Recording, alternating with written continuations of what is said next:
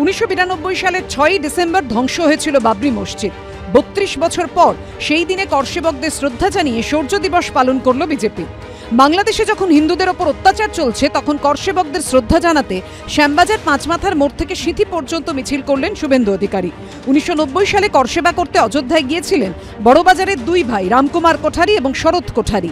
পুলিশের গুলিতে ঝাঁঝরা হয়ে গিয়েছিলেন কোঠারি ভাইরা। শুক্রবার তাঁদের শ্রদ্ধা জানালো বিজেপি। রাম কোঠারি, শরৎ কোঠারি তারা রাম জন্মভূমি পুনরুদ্ধারের জন্য আত্মবলিদান দিয়েছিলেন।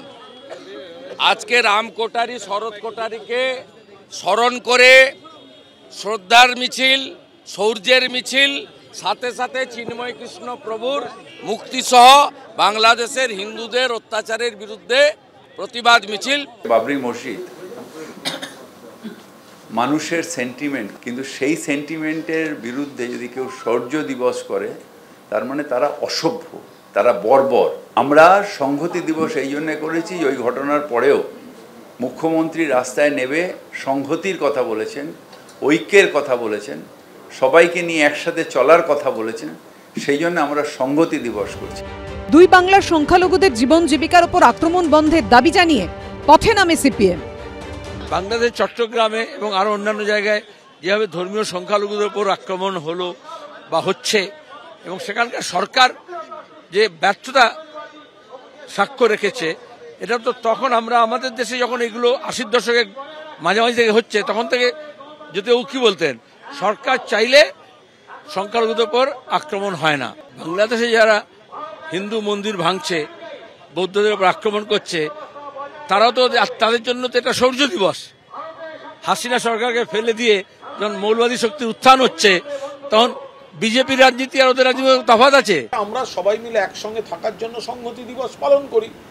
আর যারা এই পৈশাচিক ঘটনা, অতীতকে টেনে এনে এটা ভাঙো, ওটাই করো, তারা ওটাকে বীরত্ব হিসেবে দেখাতে চায়, তারা করছে।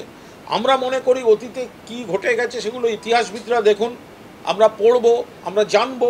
ওদের কাছে রুটি কাপড়ার মাকানের রাজনীতি নেই, ওদের কাছে রাজনীতিটা হচ্ছে ধর্মের নামে ভেদাভেদ। এদিন ধর্মতলা থেকে পার্ক সার্কাস পর্যন্ত মিছিলে হাঁটেন মোহাম্মদ সেলিম সহ সিপিএম নেতারা। শিবাশিস মৌলিক, উজ্জ্বল মুখোপাধ্যায় ও কৃষ্ণেন্দু অধিকারের রিপোর্ট, এবিপি আনন্দ।